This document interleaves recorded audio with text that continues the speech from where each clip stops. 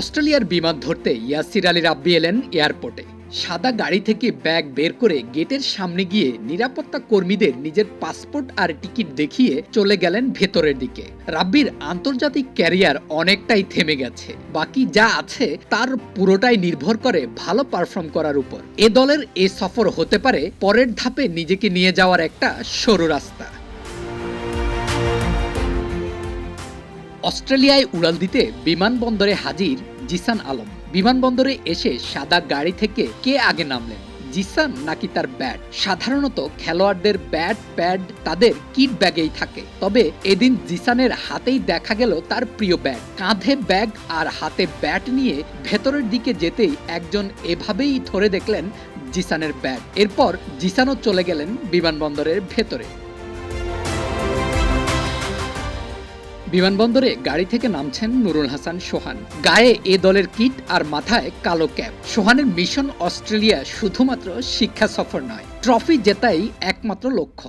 এমন অনেক লক্ষ্য নিয়েই টাইগারদের যাত্রা শুরু হয়, তবে সে লক্ষ্য কতটা পূরণ করতে পারেন সে ইতিহাস সবাই জানে। তবে এ দলের এ লক্ষ্য পূরণ করতে শুধু সোহান নয়, ভালো খেলতে হবে পুরো দলকে।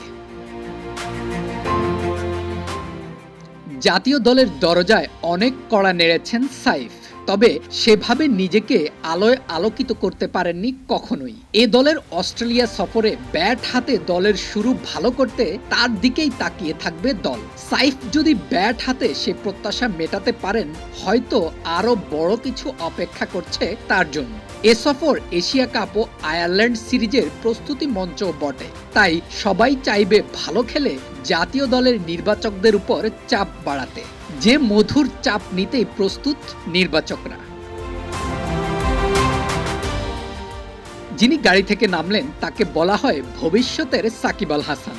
ব্যাটে বলে রাব্বি যেন তারই প্রতিচ্ছবি ফুটিয়ে তোলেন 22 গজে। মাহফুজুর রাব্বি এমনই একজন, তবে তিনি সাকিবের মতো কেউ হতে পারবেন কিনা তা সময় বলে দিবে। তার আগে এ কথা বলাই যায়, বড় ক্রিকেটার হওয়ার সে যোগ্যতা তার আছে। রাব্বিও হয়তো নিজের জন্য অনেক কিছুই ভেবে রেখেছেন, কারণ এ সফরে ভালো করলে খুলে যেতে পারে স্বপ্নের সে দুয়ার, যা প্রত্যেকটা ক্রিকেটার লালন করে তার মনের গভীরে।